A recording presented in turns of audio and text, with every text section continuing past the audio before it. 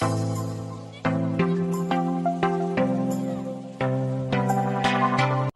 to face challenges in this world.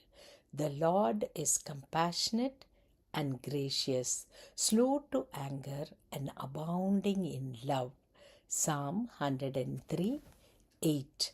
Our God is a compassionate God, gracious God, slow to get angry and abounding in love. All that we need to lead a peaceful life in this fallen world. Our Lord is a good God and a loving God.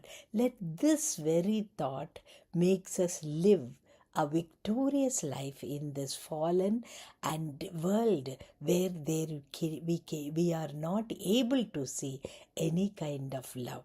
Loving Heavenly Father, this world is so difficult to live, but for your grace, but for your mercy, and for your abounding love. Thank you, Jesus. In Jesus' name,